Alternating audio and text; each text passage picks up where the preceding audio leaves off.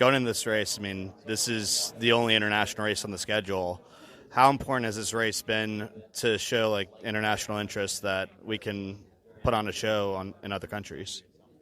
It's important. I think it has its place on the calendar. I always loved coming here. I remember the first time at Indy Lights, I was like, this city is pretty cool.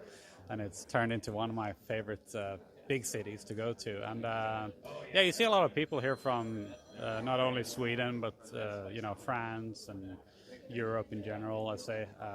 I think it's good to have that international presence. I know they're talking about Mexico next year, which would be a cool expansion for sure. I think you got to do it the right way, though. Like you can't just go to like a random place in Europe just because we need to be like international. Like it needs to make sense for everyone involved, partners, and it needs to make, like, in the end of the day, it's a business, and it needs to make sense financially, which I think both of these ones do. Like they have a clear market interest for IndyCar. So, but yeah, I'm all for it, and if it makes sense, hopefully we'll add more of them. What is this race going to look like, do you think? I mean, Detroit was pretty sporty, but that's always chaotic. So are we going to see a chaotic race, or are we going to see a processional one? I think the Reds are different this year, so it might be similar to St. Pete and Long Beach, which probably wasn't the most exciting. But you never know. I think you can pass here.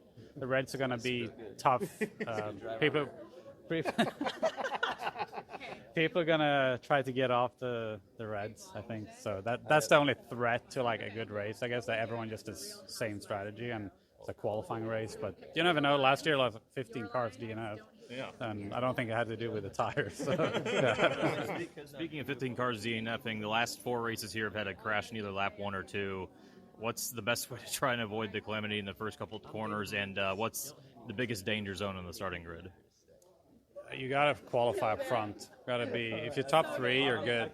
Nothing's going to happen. If you're back in the beehive, then you're a victim of other people, basically. Someone makes a brave dive bomb, maybe it works out, maybe it takes out 4 cars. Like there's a lot of people back there that just need to go forward. It might be a really good driver that starts P20, which happens all the time, and just try to get a lot of cars in the first corner. So I tried to qualify up front, but it's harder to do than it is to say. We saw how strong the Hondas were at fuel mileage last weekend at Iowa. What advantage can that fuel mileage bring to you guys here? I don't think it's really going to be a fuel race, to be honest, but it always helps, right? I think it's been one of the strengths for the Honda since I joined last year. It's just you always have that little edge so you can go longer, which I think is normally the best move in most scenarios. Like if you go long every race, it's probably 70% of the time it's going to work out in your favor. So it's good to have that advantage, and they've been working very hard to create that advantage as well. So it's pretty cool. And with this being such a tight, technical, narrow course, what's kind of the balance between having aggression to make those passes, but also not being too aggressive to where you end up in the tires?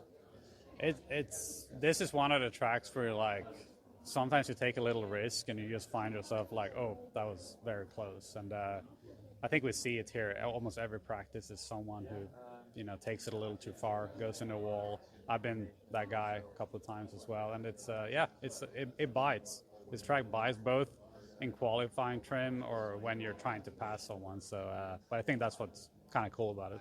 How long do you think you can go on the green tire here?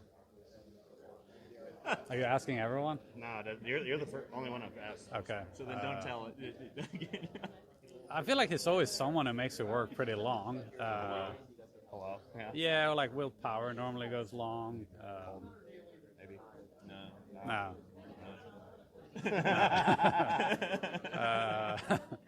Nope. You gotta look for guys who are good on their tires. I don't know. Maybe like 15. No. Thank you. Major channel announcement. Do you love NASCAR coverage?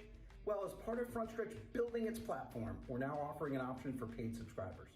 For just $3.99 a month, you'll be rewarded with exclusive content you can't find anywhere else. Beyond the cockpit interviews as soon as they drop. More of the pit road and bullpen weekend content that keeps you coming back.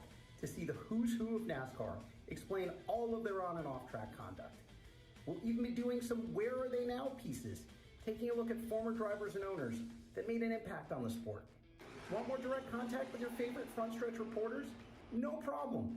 We'll give you a chance to communicate directly with monthly Q&As. Your questions are what drives us to find answers. That's why we're here.